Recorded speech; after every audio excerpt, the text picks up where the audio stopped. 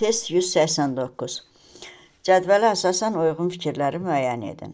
Uyğun fikirlər seçəcəyik. Birinci sütun, kökü yazılışından fərqli tələffüz olunsun. İkinci sütun, şəkilçi yazılışından fərqli tələffüz olunsun. Üçüncü, həm kök, həm şəkilçi fərqli tələffüz olunsun.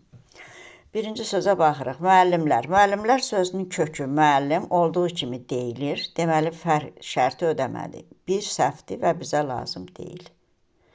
Bir səhvdir, ona görə bir olan variantları atacağıq. A, B, D. 3 variant atılacaq.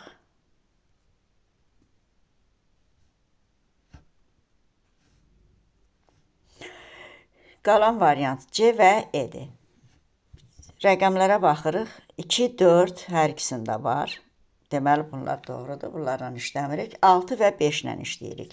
Hər ikisinə eyni vaxtda baxacaq. 5 buludlar, 6 oyuncaq. Oyuncaq daha rahat sözdür. Çünki onun kökündəki oyun sözü tələffüzünə görə fərqlənmir.